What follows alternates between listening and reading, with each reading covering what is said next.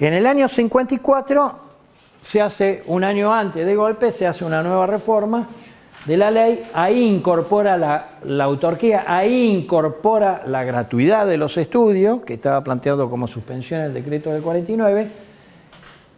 El 49 estableció la autonomía universitaria dentro de los límites de una ley especial. Esto es muy interesante porque las universidades no son soberanas, sino pueden ser autónomas. Toda la literatura sobre autonomía, autarquía y soberanía distingue estos tres conceptos. Autarquía remite básicamente a las cuestiones económicas, autonomía remite más a las cuestiones académicas. Queda en tela de juicio si aparte de las cuestiones académicas entra el tema del gobierno. Mientras que los reformistas dicen autonomía es el autogobierno. O sea, los corrientes reformistas entienden por autonomía el autogobierno. Plantea esto, no explicita que sean por oposición, las de actitudes y antecedentes, una entrevista, etc.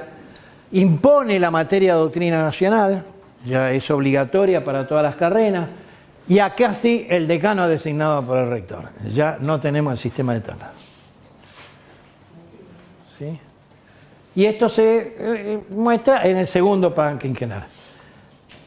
Modifica la representación estudiantil, ya no es uno de los sorteados entre los 2 mejores del último año, sino que representa alumnos regular de los últimos 3 años provenientes de entidad gremial reconocida, o sea, un centro de estudiantes. O sea, ya no es, tiene que ser regular, pero es propuesto por los centros de estudiantes o la federación universitaria. Pero, ¿en dónde? En el Consejo Directivo. ¿Y qué puede votar? Solo cuestiones que directamente afectan los intereses estudiantiles. No puede votar ninguna otra cosa. No puede el titular, el adjunto y el rector. Entonces, por eso puse elimina las remuneraciones. Explícitamente, era en época de estabilidad. En una ley se establecía cuánto era el sueldo. Entonces elimina la remuneración. Bueno, se produce el golpe del 55. Se produce el golpe del 55 y se deroga la ley del 54, derogó a la del 47. Y el decreto ley del 55 se llama decreto ley a las leyes en los regímenes de facto. Los regímenes de facto no se llaman leyes, se llaman decreto ley.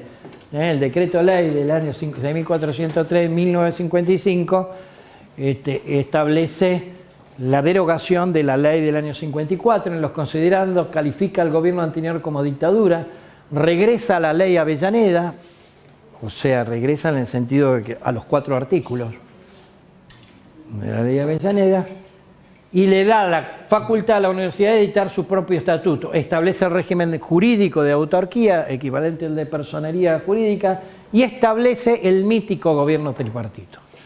El gobierno tripartito, si bien corresponde a postulado de los reformistas en términos de los diplomados inscritos legalmente en el país, está establecido en el año 55. No hay ninguna norma legal que lo haya establecido con anterioridad. Con lo cual, esto, si bien le deja a las universidades definir sus normas de funcionamiento, el tripartito lo establece la norma. El decano es elegido entre los profesores titulares, la representación de los estudiantes y egresados en los consejos directivos por mayoría y minoría, cuando excede el número de 2, entonces un sistema de votación de mayoría y minoría. Y los delegados estudiantiles deben ser alumnos de los 2 últimos años de haber aprobado las 3/4 partes de los planes de estudio. Esto es el decreto. O sea, como vemos, es un decreto que no es reglamentarista, ya no estamos hablando de 130 artículos, sino que establece pocas normas para el funcionamiento de las universidades. Las universidades eran las que había mencionado antes, más la Universidad Obrera. La Universidad Obrera es creada antes del año... la Universidad Obrera se crea en el 48 y se crea como una universidad en el marco del desarrollo de la educación técnica. O sea, el peronismo no solamente desarrolla la educación media, sino la educación técnica. Y es una universidad desarrollada para los hijos de los trabajadores y para los obreros. Entonces, no es claro que los títulos sean necesariamente equivalentes de ingeniero, es decir, pueden ser técnicos, técnicos superiores. El Fachhochschulen alemán podría ser la Universidad Obrera. ¿Se entiende lo que estoy diciendo? Esa Universidad Obrera que tiene el antecedente de Mario Bunge, luego se transforma en la Universidad Tecnológica Nacional, que se crea años después como universidad. Perdón, Juan Carlos, pero ¿cómo es el proceso de normalización de una universidad obrera a la UTN? El proceso de normalización es posterior al 55, en el marco de la creación del CONICET, del INTI, del INTA, de la CONEA, que también había sido creado en los años 50, tiene el antecedente de los años 50, es transformar la Universidad Obrera en una Universidad Tecnológica Nacional. La característica de la Universidad Tecnológica Nacional, al igual de la Universidad Obrera, es que tiene delegaciones en muchos puntos del país. O sea, tiene unidades académicas en todo el territorio nacional y está dedicada a la formación técnica en el campo de la ingeniería. Sustituye la formación técnica del técnico superior tipo Fachhochschulen con el de ingeniero. ¿Está? Entonces forma ingenieros. Ese es el propósito de la Universidad Tecnológica Nacional. La Universidad Tecnológica Nacional cumplió 70 años el año pasado y lo festejamos porque el festejo de la Universidad Tecnológica, ellos festejan el origen como Universidad Obrera y coincide con la gratuidad. Por eso el CIN, que organiza ahora en el mes de agosto una actividad por la gratuidad, lo hace en la UTN. Y digamos, este decreto de ley viene a reemplazar... Cada uno de estos borra lo anterior. No complementa. No complementa nada. Decreto de ley, al último dice derógase la ley tal, nada de eso está.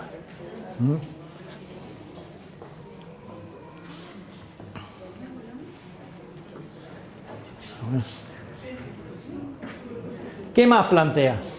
El padrón de estudiantes lo integran todos los alumnos que hayan aprobado al menos una materia por año o una condición de regularidad y no hayan suspendido sus exámenes por 2 años.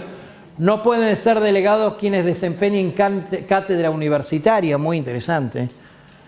No pueden ser quienes, pero ¿quiénes son los de la cátedra? Y los profesores titulares y los profesores adjuntos. ¿Qué hace la UBA? Los auxiliares de docencia, jefes de trabajo práctico, etcétera, etcétera, se dan vuelta y se presentan por el claustro de egresados. ¿Sí?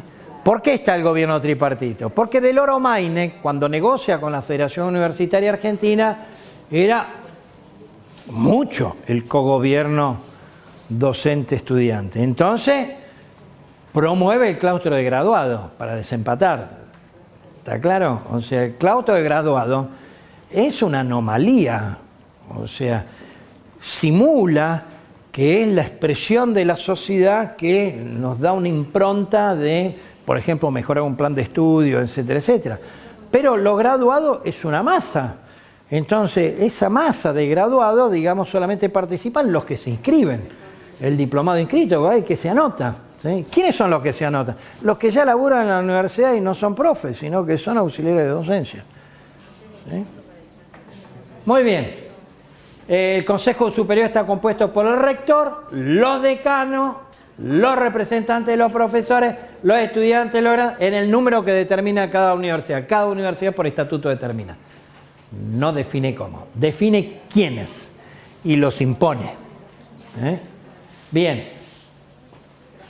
la representación es elegida entre los profesores, los representantes de los estudiantes de los grados elegidos por los delegados, etcétera, etcétera, elegidos por los profesores titulares, por asamblea universitaria.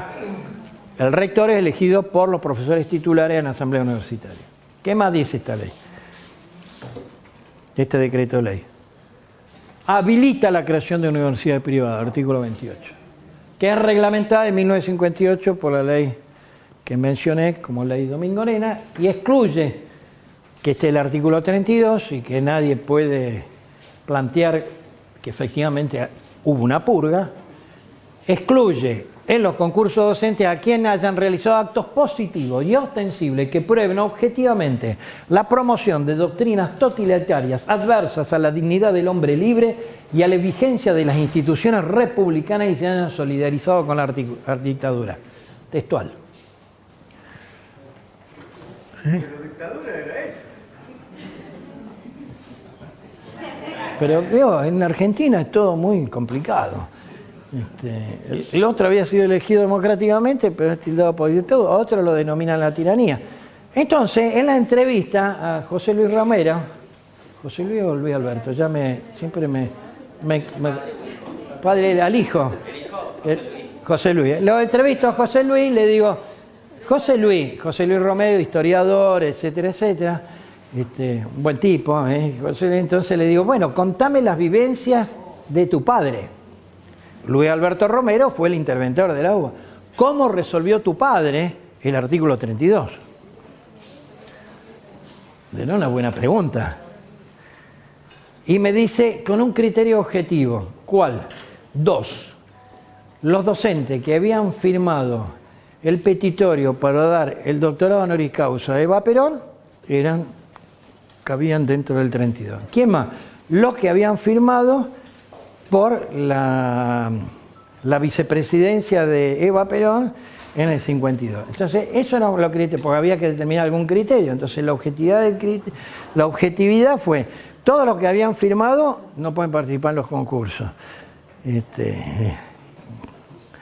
Por eso es que ese periodo histórico que la UBA lo expresa como la época dorada, tiene sus bemoles, porque, como dice Gregorio Weinberg, Emilio Fermín Mignone, hubo una purga. No hace mención a la gratuidad. Sí. No hay preguntas pavas, sí. Ese tipo de articulado, ¿se impugnó? ¿Hubo algún tipo de acción judicial que tuviera algún... No, es un decreto ley. No lo dicta el Congreso, lo dicta el Poder Ejecutivo. Estás en un gobierno de facto, estás en el año 55, diciembre del 55, el golpe pone en septiembre del 55. No, luego ¿qué pasa? A partir de este decreto ley, se hicieron los estatutos universitarios argentinos. Esto es muy importante. Recuerden esto porque lo vamos a ver más adelante. A partir de este decreto ley, las universidades dictan sus estatutos. ¿Okay? Gobierno tripartito, proporciones de representación según lo dijera el estatuto y las normas que están previstas en el decreto ley, que son normas básicas de funcionamiento de cada institución.